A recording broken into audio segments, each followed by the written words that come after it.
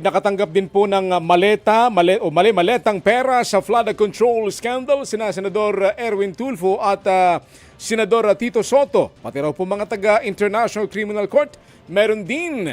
Pumalag naman po dyan ng mga senador na tinawag pong illegal ang nasabing pagdinig. Narito pong report ni Mon Gualvez. Tinuloy pa rin ng grupo ni Senator Alan Peter Cayetano ang sarili nilang flood control investigation sa kanilang Blue Ribbon Subcommittee. Dito humarap ang 18 nagpakilalang bagman ni dating Congressman Zaldico at ilan pang personalidad ang kanilang pinangalanan na nakatanggap umano ng mali-maletang pera sa kanila. Kabilang na si Senator Tito Soto. Nagulat ako dito po sa letter E42 nakalagay dito, nag-deliver kay Senator Tito Soto. Pwede nyo bang i-verify? Totoo po ito at ay kwento nyo yung circumstance. Yes, Your Honor. Advanced team kami, Your Honor. Nauna kami sa area kasi in-advise na kami ng team leader namin na mag-proceed na sa building ni Tito Soto sa Baclaran.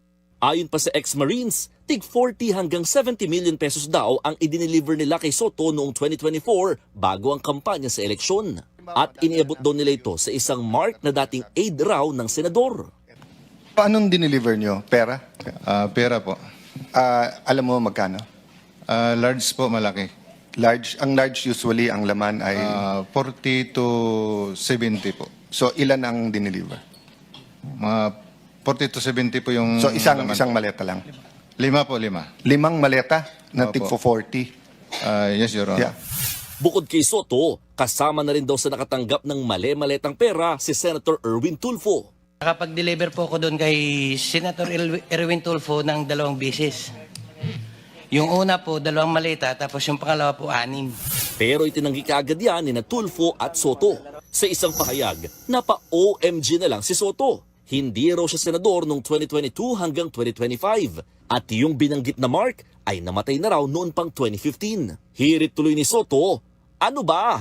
Banat naman ni Senator Erwin, kasinungalingan at ang gulo raw ng salaysay ng mga umano'y bagman. Definitely, it's a lie, a blatant lie, kasi nga hindi nila masagot anong purpose pa. Saan nang galing yung sinasabi nila 1, 2, 3, 4, 5, whatever the maleta is. Kung sabihin nila, di ba, flood control, supposedly, flood control hearing daw yun.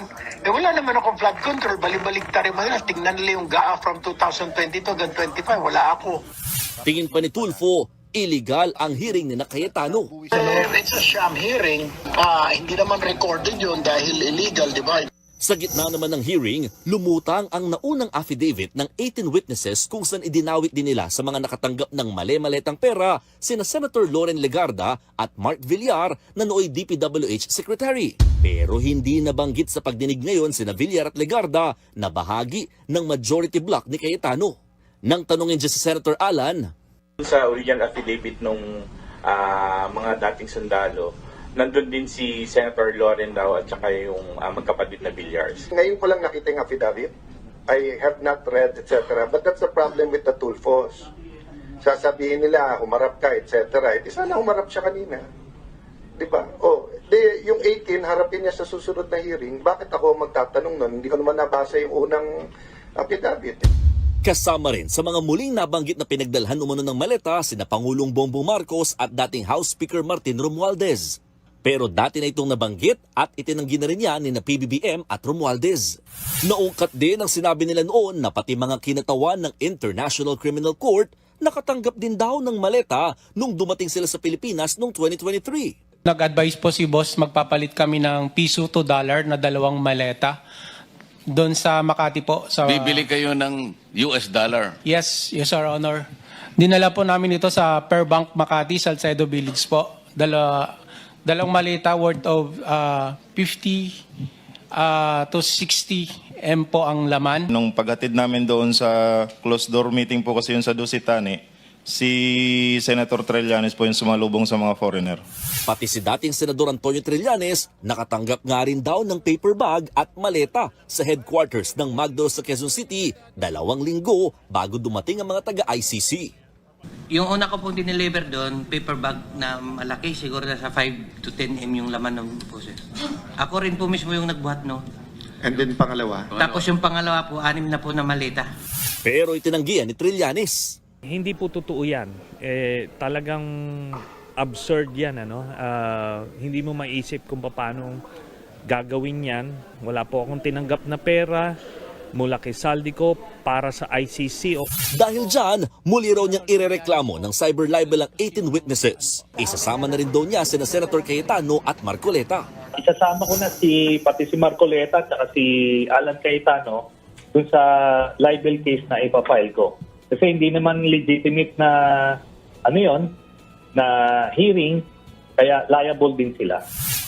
Ang NBI naman, nakakuha ng impormasyon mula sa kaanak ng isa sa sinasabing 18 bagmen. Nakatanggap daw ng tigli 5 milyong pisong suhol ng mga sundalo para mag-testify bilang bagman ni Ko. Pero may hamon dyan si Cayetano. Director Matibag, total mahilig kayong NBI pumunta dito sa Senado na walang imbitasyon. Ngayon kayong pumunta, iniimbitahan ko kayo ngayon. Sagot naman dyan ni Matibag, hihintayin niya ang sabina ng Senado. Nagbabalita mula sa Frontline, Mon Gualvez, News 5. Mga kapatid, patuloy po kayong tumutok sa 105.9 at True FM para sa totoong balita, impormasyon, music and entertainment. Mag-subscribe po sa aming YouTube channel at podcast at sundan niyo po kami sa Facebook, Instagram, X at TikTok sa True Network PH. Bisitahin po ang aming website sa truefm.ph at panoorin din po kami sa True TV Channel 19. Kami, ang 105.9 at True FM, laging true sa'yo, kapatid!